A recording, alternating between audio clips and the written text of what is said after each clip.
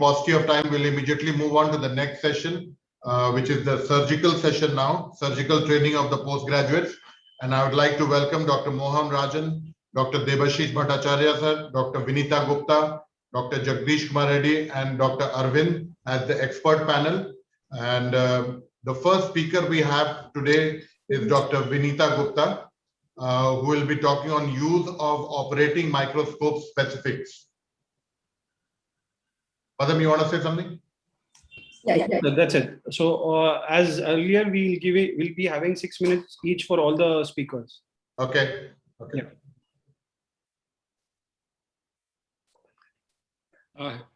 Hi, Satya. Ma'am, please Good evening, sir. share the Welcome. presentation. Ma'am. Yes, Dr. Rajan, you were saying something, sir? No, I said hello to Satyajit. Oh. And everybody. All Rajesh. Hello, sir. How are you? Hi. Hello, CE Singh, sir. Hi, Mohan. I request our first speaker to please switch on the camera, unmute the mic, and please share the presentation. Yeah. I'll just share it. Actually, there's some problem happening with the mouse of the thing. Ma'am, do you have two? Device बंद कीजिए. Yeah, two devices. Yes. She has signed in from two systems. Yeah, I'm just muting that off. So in the meantime, can we just move on to our second speaker, if you don't mind? By the time ma'am gets the technical correct. We don't have the second speaker around. We'll go to the third speaker. Dr. J.K. Reddy, sir, are you there?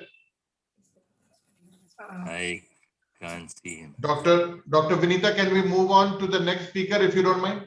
Yeah, that's And then okay, we'll because my come back to you. PowerPoint is not responding. There's some problem which come with the PowerPoint. Okay, we'll come back to you. Ma'am आप दूसरा We'd like to welcome Dr. Tamila Rasi, who will be speaking on ideal training and number of SI and nodes of SICS and FECO. Dr. Tamila Rasi is working at I Foundation in Coimbatore. A very warm welcome to you, Dr. Tamila Rasi.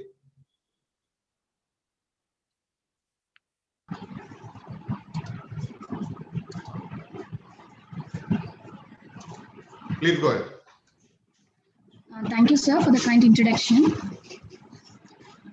Cataract surgical training is very crucial for the future of ophthalmology and eye care. Here, next few minutes, I'll be sharing the curriculum which we follow at the Eye Foundation.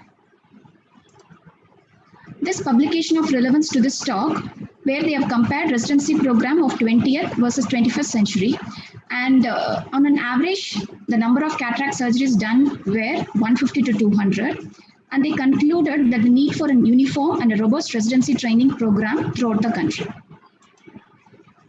As a training center, it should possess the physical space for wet lab, microscope, and good quality instrument and consumables.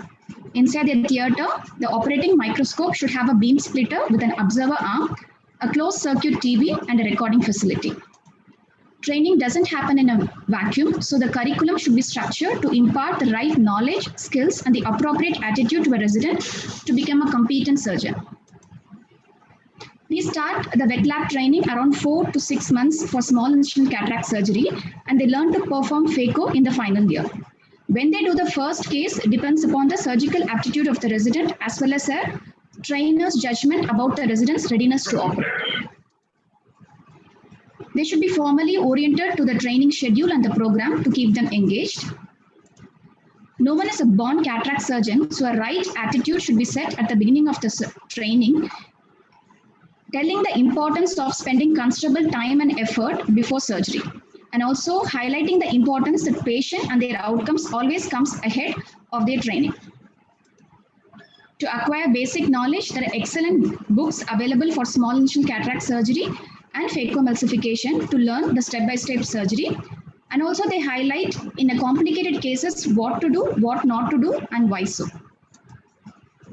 To supplement it, we have surgical videos available in itube.net and youtube.com, where experienced surgeons transform the theory into practical skills. We also have a WhatsApp group where the residents share a video and initiate discussion and clear their doubts. There is also a set of lectures to be attended and modules to be written. It is comprehensive and it covers from basic relevant anatomy to IOL power calculation and complication management. This will be covered in a month of starting of their training. OT observation is of immense importance. They should also understand sterilization protocols and learn to give blocks. They should familiarize themselves with the instruments they are going to use. Spending time after theater, they should learn how to drive the scope and know the adjustments in the foot pedal, how to switch on the microscope and adjust focus and magnification. This will make them comfortable when they are operating.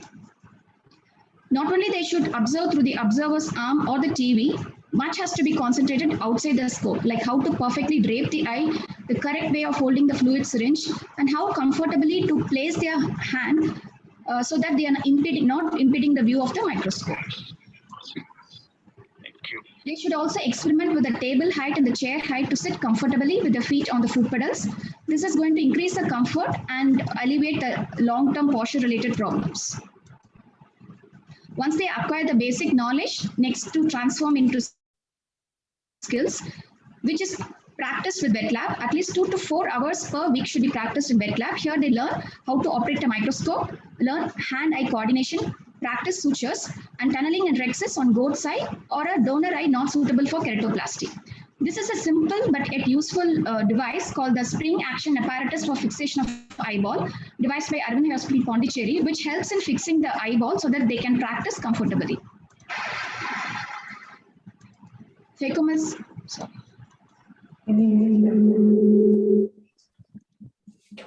Phacoemulsification skills like phaco-dynamics and foot pedal coordination should be learnt in wet lab. And the frozen nucleus obtained from SICS can be placed inside the practice eye, which gives them a real-time effect of practicing the quadrant emulsification. The wet lab should be always supervised and monitored. This is the form which they fill where they write number of tunnels they made, difficulties faced and things learned. And even after starting a training, if a resident is feeling uncomfortable in any step, they should go back to wet lab and practice. So focus more on a continuous learning rather than fixation. Before entering the theater, I asked them few questions individually covering various aspects of the cataract surgery. And once they are efficient in handling a microscope and have thorough understanding of the basics, they enter the theater. I emphasize on good case selection, knowing thoroughly about the patient, both eyes and systemically also. While operating, I always ask them to concentrate on keeping the eye in primary position and pivoting and floating instruments so that it does not collapse the AC. Even a small air bubble can impede their view, so never operate without proper visualization. They should know the reason for every step of every case. My final piece of advice will be speed will come with experience. As a trainer, I implement reverse training, teaching the basic steps and then moving on to advanced like rhexis. If any complication happens, I stop and swap. And also ask them why the complication happened, what could have been done to avoid it, and what is their way of management. Always tailor your training depending whether you are a beginning surgeon or a final year. Once they finish, they should do 2 things.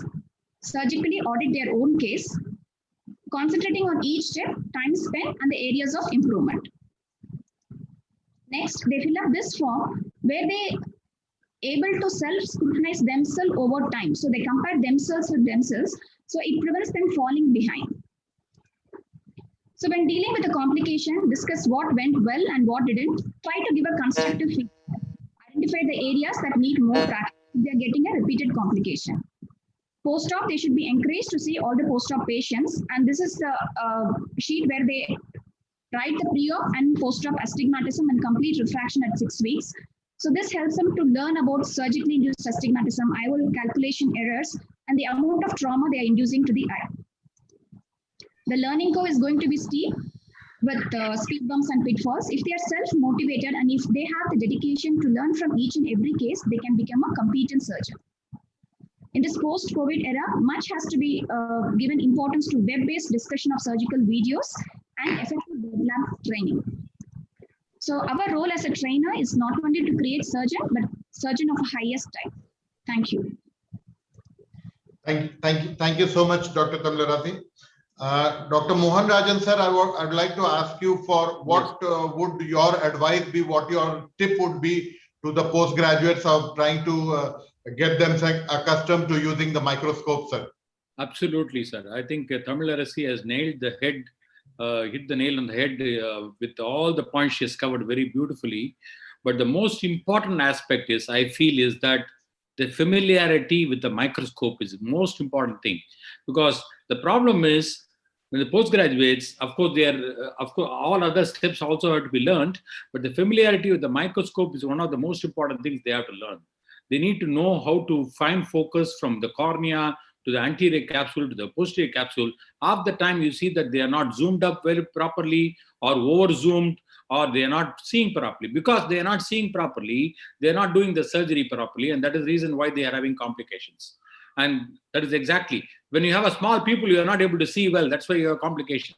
Similar to that. So the residents have to be taught to use the microscope very judiciously, very effectively, and that is how to use the foot switch, because they need to know that the coordination, both the hands working, both the feet working, both the ears working, both the eyes working, both sides of the brain working. All this has to work in unison. So in a phacoemulsification or SICS or a microsurgery for that matter. So Tamil, well done. All the protocols, whatever we follow, I think they are also following. I am sure these are the basic protocols everybody should do that. And also every day, they have to see the video. Whatever they have recorded, they have to go through the videos, the recording, and find out, even if it's not done a mistake, whether they have done it properly, and probably show it to a senior person, to the trainer, and if they have had a complication, and come back and go read about it. And that is, I think this is a continuous process. Absolutely. Yeah. Thank you so much, sir. Thank you so much, sir. Will Dr. Vinita, are you ready with your presentation? Yeah, I'm ready. I'll just share the screen. Yeah. We'd like to welcome Dr. Vinita Gupta.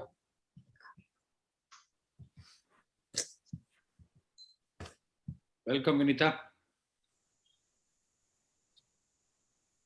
She'll be talking on use of operating scope specifics.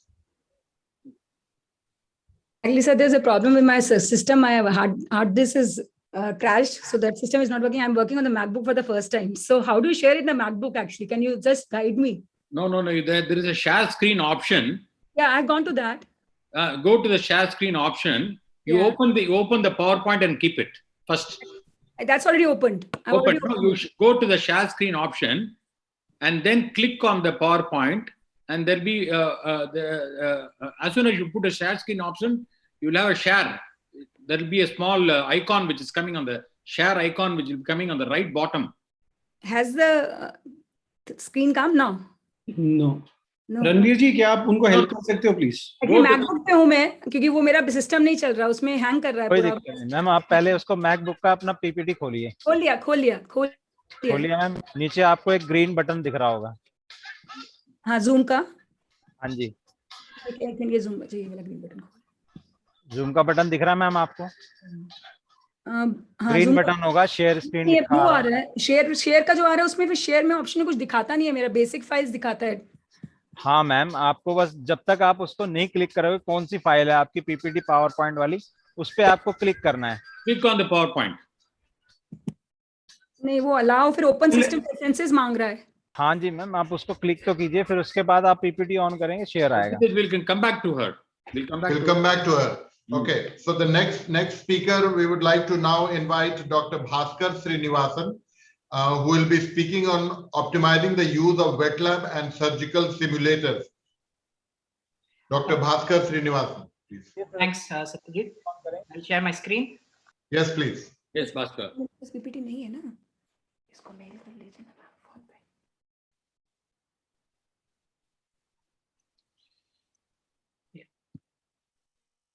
Is it seen? Am I heard? Yeah. Yes, we can see you, we can hear you. So the previous speaker, Dr. Tamilarachi, actually has almost done my part of the talk also. So it's just going to be a repetition to a certain extent, but these are important things which trainers across the country need to know. So in India, we basically go ahead with the Halstadian model of apprenticeship training. You work with a particular surgeon, you see the surgeries with him, you assist him, and then gradually you are given steps and you improve. This is a good way of learning, but it has its limitations. It is trainer dependent. It entirely depends on how good your trainer is. the clinical exposure that he or she gets in that particular situation with that particular trainer also compromises the outcome that the student can get with respect to improvement. The quantity of exposure that they have and the quality might depend on an individual. So you cannot fix a fixed number. You have to do 50 SICS or 50 tunnels, because somebody who has surgically very competent might pick up in 10 cases, somebody might take 100 cases. This is also more time consuming, because till you feel that the person is competent enough, you will actually need to supervise the patient. And obviously there are ethical concerns when you are operating on a live patient. And with the COVID times, the number of normal surgeries that are done are also less. So where do you get the opportunity of giving cases to residents and trainees? As a society, what we need to achieve would probably be to achieve a good level of standardized care, reduce trainee errors as much as possible. And for that, what we would need is an objective and very well structured competency assessment of students. We would need to upgrade the training programs, and we would need to even simulate challenging situations in wet lab or simulators before they actually start doing cases on patients. So when you're talking about advanced surgical learning techniques, you have the dry labs, the wet labs, the virtual reality platform, and the e-learning platforms. The e-learning platforms, AIOS has very well taken up over the last 1.5 years. We've been having webinars after webinars, courses, surgical videos, teaching resources are now available online, YouTube videos are available. So that part is taken up significantly well with improvement in information technology. Dry labs we all use, because once you join ophthalmic residency program, you're asked to build your hand-eye coordination. So you suture on thermocols and on banana to kind of get your hand-eye skills ready. Wet labs and virtual reality platforms are something that should be available for all, but unfortunately it's not available because of the cost constraints that they come with. So when you're looking at a wet lab setup, there is a need for a definitive physical space. There is need for definite equipments, and it is not that you will have all the discarded instruments in the wet lab. They have to be reasonably good equipments there. The scope should have a side scope for the person to supervise, and ideally should have a recording facility. So all the surgeries done in the wet lab are recorded for the candidate himself or herself to see, and for the supervisor to go back and verify where and what went wrong. But the most important thing which is lacking to a large extent is a set curriculum. We normally ask the senior residents to train the junior ones, and they will work for an hour in wet lab, but there is no end point. We do not analyze them weekly. We do not analyze them monthly. We do not give them set targets that you have to do these many, and then you have to come back to me with the result. Because unless there is a feedback about what they have done, how they have done, and how they can improve, it is not going to be as useful. Every surgical procedure should start by giving them a didactic talk, by demonstrating the surgery in live, demonstrating it in videos, going one step at a time. And then they go into the wet lab, do it, and then they practice in the wet lab before they actually work on live patients. So the most important thing which is lacking is a structured curriculum assessment at this point of time. Various eyeball fixations, which have already been mentioned, and anything can be used as long as you are able to hold the eye fixed for them to do the various surgeries, whether it is cataract, whether it is cornea, whether it is glaucoma module. In terms of phaco wet lab, which is primarily concentrated on, you do have animal eyes that can be used, but the problem is animal eyes don't have the same consistency. The capsule is more elastic, the nucleus is much more softer. So you do have the option of using microwave to stiffening the nucleus, or you have the option of using fixative solutions to harden the nucleus. So it becomes a little bit more realistic for the candidates when they are learning phaco in their initial cases. Virtual reality simulator is actually a game changer, except for the fact that it is still so expensive that we do not have access to it across board. ISIS is the earliest one, and it has both a cataract and the VR module. You have the recent ones called as the MicroViz, the PhacoVision, Phaco Phantom Simulator, and a recent one which is called as a Help Me See, which is basically more of an SICS or a primary SICS simulator. So at SN, we have the ISI for the last 10 years, and we've been using it to train our candidates in phaco before they actually go on to doing it on live patients. All steps of phaco can be simulated. The complications of capsular access can be simulated. PCR and vitreous loss is not available in our module because we have to upgrade it, but at the recent module, PCR and vitreous loss can also be simulated. The problem with ISIS is there is no haptic feedback, so you cannot feel the touch. You can see the changes. If your probe touches the cornea, there will be a blackening or a whitening of your cornea, but you cannot have a touch feel when you are actually operating on the system. So the advantage is it gives you a very good hand-eye coordination. All steps of phaco can be simulated. So your foot pedal control, everything can be simulated, and you can simulate complications and try to see how you would address a complication in the lab so that when you actually face it in life situation, you are better prepared to handle it. Disadvantage is definitely the haptic feedback, and most importantly, the cost. At 1 crore, it's not going to be feasible for every center to be having it as such. The MicroVis, there are a couple of articles on it, but not much. This was more as a research tool, and it does give you haptic feedback, and all steps of phaco can be simulated, but it's not freely available. At least from whatever I could do a literature search, I couldn't get information more on this. Simulation in eye care by the Help Me See is primarily an SICS based simulator, and it is developed by a not-for-profit organization, and it is developed with the help of Indian ophthalmologists. I will complete in a few minutes. Yeah. So basically, this has a haptic feedback, and it gives you realistic visuals with a rich training experience. And you can see the video of Rexis, which shows it very easily how you can see how it is done with a cystotome versus a Utratas. And it simulates all steps of MICS, complete procedure, the anatomical variations, technical variations, and they do offer a 1-week training course in Mumbai at their center. And you can look at the website or do the search of the. Sorry to interrupt, sir. Your time is up. Yeah, I'm just submit in next 30 seconds. I'm just finishing. I just told you I'm finishing. Yeah. So we are looking at review of the outcomes of this. You have most of the studies show a good outcome with a simulator model as compared to a non-simulator model.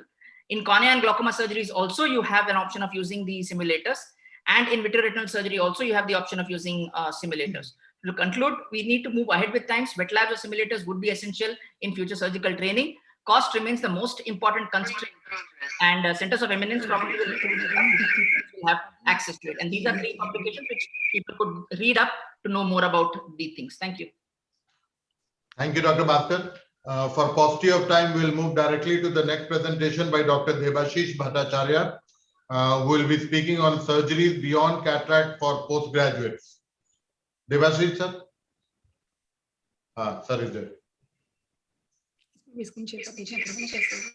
Dr. Debashish Bhattacharya is the chairman of Disha Eye Hospital, Barakpur, and he trains a huge number of students every year. So, I'm a cataract surgeon essentially, but Kip has given me the topic and I feel honored. Residency in ophthalmology actually prepares a trainee to be safe and practitioner in the specialty, the study of medicine, medical colleges by the AIOS and ARC. Admin, can you mute Dr. Vinita Gupta, please? Admin, can you mute Dr. Vinita Gupta, or she can do it herself? Thanks. Sorry, sir. Please go ahead. It's perfectly all right. So it provided huge gaps in the ophthalmic infrastructure and the lack of the subspecialty training services. Well, I would say, you know, a wet lab is not as elaborate as it would be for cataract. You can use a 4X loop, a spotlight, and a phone. The mobile phones can be used for digital recording. Even for cataract, I think when you're doing a wet lab, you might as well do it with the loop and a spotlight. It can actually be coaxial. I have seen those days when Professor Daljit Singh used to operate, and he actually used to dissociate both of them, and he used to use with a magnifier, operate with a magnifier, and splendid surgeon he was. So essentially, this documentation is required, as I was hearing the previous speaker speak, to evaluate the performance of the trainee. And we have to create this facility to record and study the wet lab thing, and it must be a structured curriculum. And of course, you know, we should also have digital recording, and you know, you can edit it and compile it properly. And to actually activate the PGs, because this gap, I don't find why these gaps are there, because when we were PGs, you know, we were given, even in 82, we were given an indirect ophthalmoscope, the one that was available in the institution, and anybody finding a hole had the right, we had the xenon photocoagulator at that time to barrage that hole. So, I mean, another thing is, which Dr. Basar practices in our hospital, is reverse keratoplasty. Like from the recipient's cornea is grafted to the donor button. So the trainee can actually perform those things. So this discrepancy between the mean and the median is pretty high, and we've seen it's been shown many times. But these kind of things are very elementary to begin with: lid abscess drainage, collagen, tarsorrhaphy, visceration, cornea. You can actually scraping a corneal ulcer is a art. You must learn how to do it. Corneal foreign bodies, corneal tear repairs are the next stage. Hyphema going inside the eye is slow, but yes, one should. And obviously, as I said, reverse keratoplasty and amniotic membrane suturing. And we must be able to treat emergencies also. So these are the DCR and DCTs. You assist a few and you can go. Once, with the pediatric ophthalmologist, you can be familiar with the probing procedures and you can do it. At any point, the key is that the moment you feel that you are not comfortable enough, you should stop. Cause no harm in your learning process. Collagen, definitely before giving the infiltration anesthesia, mark the collagen, because after the infiltration, it becomes very difficult to. And tarsorrhaphies, I think these are initial procedures. Depilations, lid lacerations are a wonderful thing, but it's a very tricky thing. But you must read a lot and learn how to do, because that's the time in the hospital when actually the senior consultants are not around. So in bigger teaching formats, these are the places where you can do a lot of clinical work and surgical work. So definitely do that. Small excisions are very smart, and definitely follow up on the biopsy reports. And of course, evisceration, step by step, you can go ahead under supervision. And these are the initial cases with which we start. Even strabismus surgery under supervision. One thing good about the other than cataract or glaucoma surgery is that generally there are a vast group of patients where you can do no harm. So essentially, I would insist the trainers to focus on these areas, and because in the list we saw that it's very few, but we should give the trainees ample opportunities in this area. And of course, these procedures, as I told you before, the corneal suturing is an art, so one needs to learn it properly. For a rupture like the one at the top here, one needs to check out for scleral perforations. So, and of course, these are tricky purse string sutures, but you can try them because it can always be reversed. Whatever you do here, it can be reversed, but mind you, these are very astigmatic, very vision areas, so one must be very careful. And of course, the peritomies and the corneal foreign body removals, pterygium surgery, corneal grafts, hyphema removals, and of course, cycloda and intravitreal injections, especially in the pseudophakic eye, can definitely be done. So in all, we should give a lot of part of the training, and I hope the PGs get sufficient learning which helps them later in their life. Thank you very much. Thank you so much, sir. Thank you so much. Quickly, Dr. Mohan Rajan, sir, would you like to give any advice, tips, your views on this concept? It's a beautiful talk by Debashish, as usual, because basically you're all ophthalmologists, basically, and just because you're an ophthalmologist, it doesn't mean that you cannot differentiate cardiovascular sounds. You can't forget your S1, S2, stethoscope. Similar to that, you are an ophthalmologist, basically, you're a general ophthalmologist. During my residency, I'm sure Debashish is also done. I've done everything, starting from lid laceration, lid repair, tarsorrhaphy, blepharoplasty, everything. I've done everything up to the orbit we have done. And of course, subsequently, I became a VR surgeon and cataract surgeon. That's a different issue altogether. But Basically, you have the opportunity as a postgraduate to open up, to learn everything in the 3 years. And that is, I think, the important take-home message I want to give. And things like chalazion, corneal tear suturing, and especially when you are in emergency in the night duty, you can do that. You can do lid lacerations. All these things you can do it very nicely without any problem at all. That mental block and the self-doubt should be overcome by the postgraduates.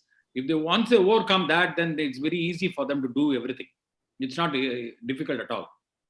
Of course, for the specialized surgeries like the keratoplasty and other things, retinal, the vitrectomies and other things, you need some, definitely some fellowship and other things. But definitely you can get away with most of the common things what Debashish are beautifully mentioned in his presentation.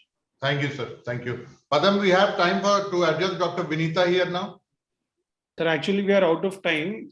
So we'll adjust her at the end of the next